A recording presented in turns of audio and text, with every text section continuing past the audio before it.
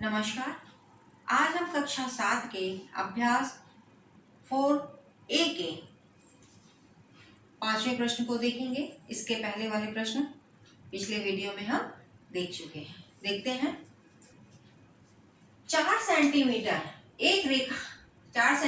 का एक रेखाखंड PQ खींचिए। इसका लंबार्धक कीजिए। जो रेखा PQ को D बिंदु पर काटे, क्या PD बराबर QD है? पुनः PD त्रिज्या का एक वृत्त खींचिए और देखिए क्या यह वृत्त बिंदु P और Q से होकर के जा रहा है। चलिए देखते हैं। 4 सेंटीमीटर का एक रेखाखंड हम P और Q खींच लेते हैं पटरी की सहायता से।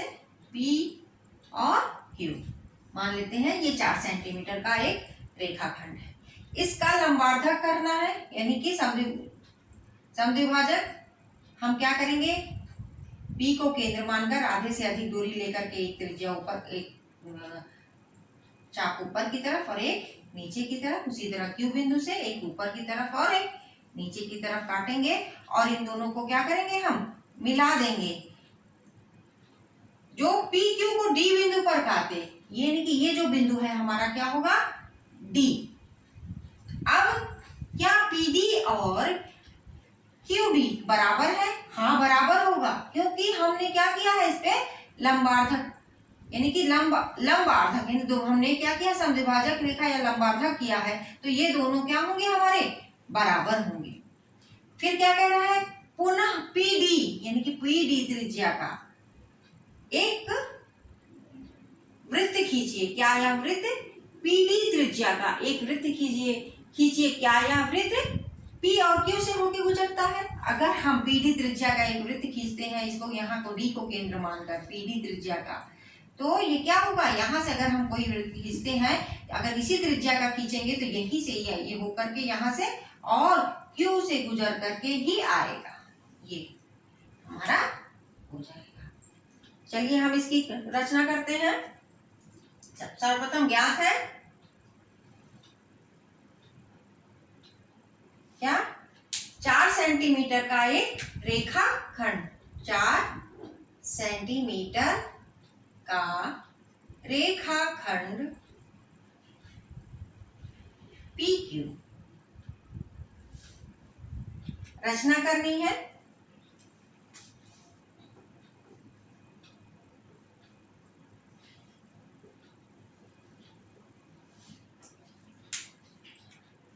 PQ पर लंबार्धक खींचना।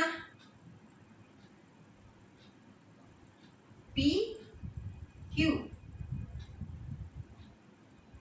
P और Q का लंबार्धक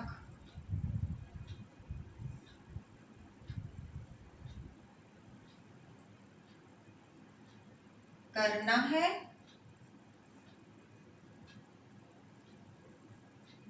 और PD त्रिज्या का वृत्त खींचना।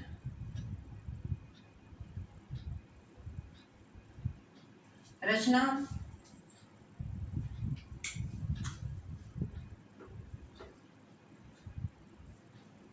पहला नंबर क्या था? हमने क्या किया था पहले? P और Q 4 सेंटीमीटर की एक रेखा खींची। 4 सेंटीमीटर की रेखाखंड PQ खींचा। दूसरा, PQ का लंबार्धक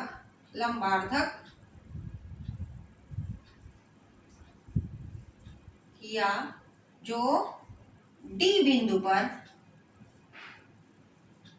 काटता है।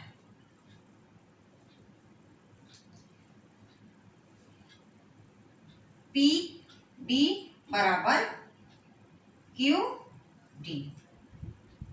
ये लंबार्धक है, तो ये दोनों क्या होंगे? ये दोनों बराबर होंगे। इसके बाद तीसरे नंबर पे PD त्रिज्या का एक वृत्त बनाया जो बिंदु P और Q से होकर जाता है।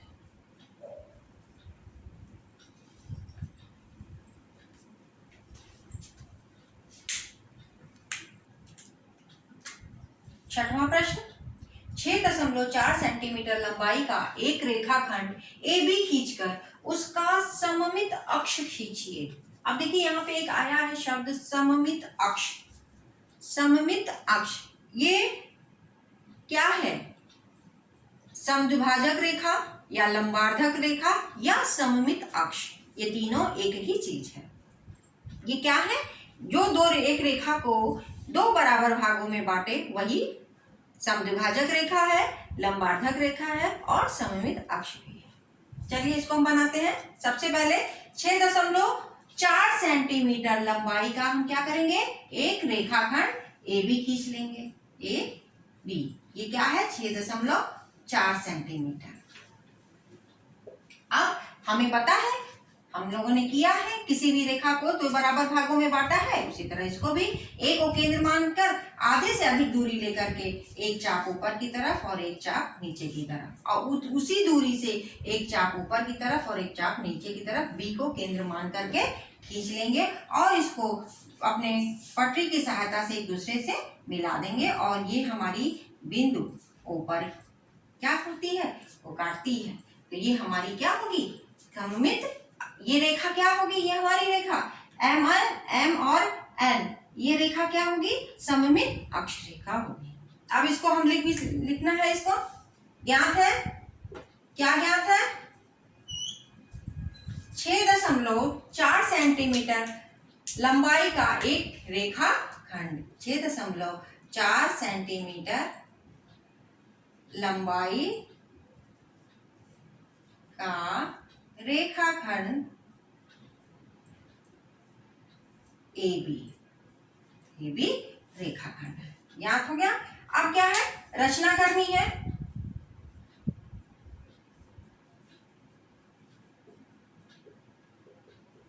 क्या?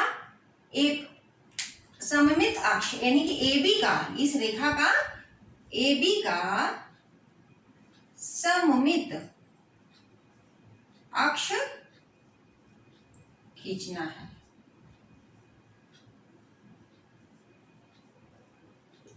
चलिए अब रचना करते हैं। पहला पॉइंट, सर्वप्रथम हमने क्या किया? AB 6.4 सेंटीमीटर की एक रेखा AB खींची। 6.4 सेंटीमीटर की रेखा AB खींची। दूसरा पॉइंट, A को केंद्र मानकर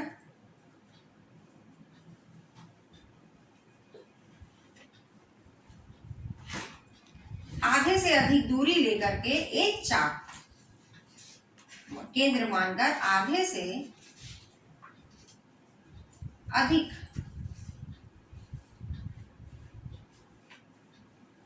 दूरी लेकर चाप खींचा।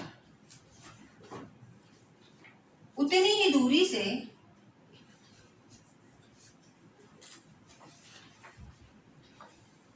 B को केंद्र मानकर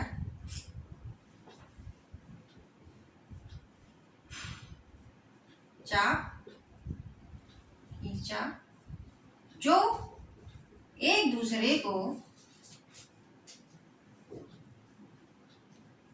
M और N बिंदु पर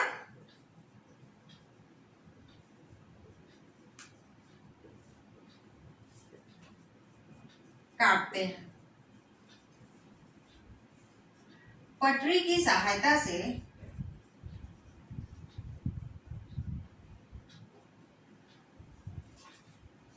M और N बिंदु को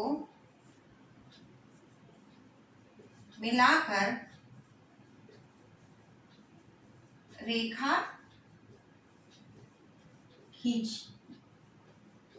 खींचते हैं जो AB को O बिंदु पर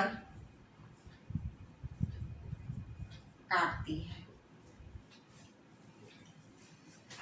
यही हमारी क्या है? सममित अक्षरेखा है। कौन सी? MN।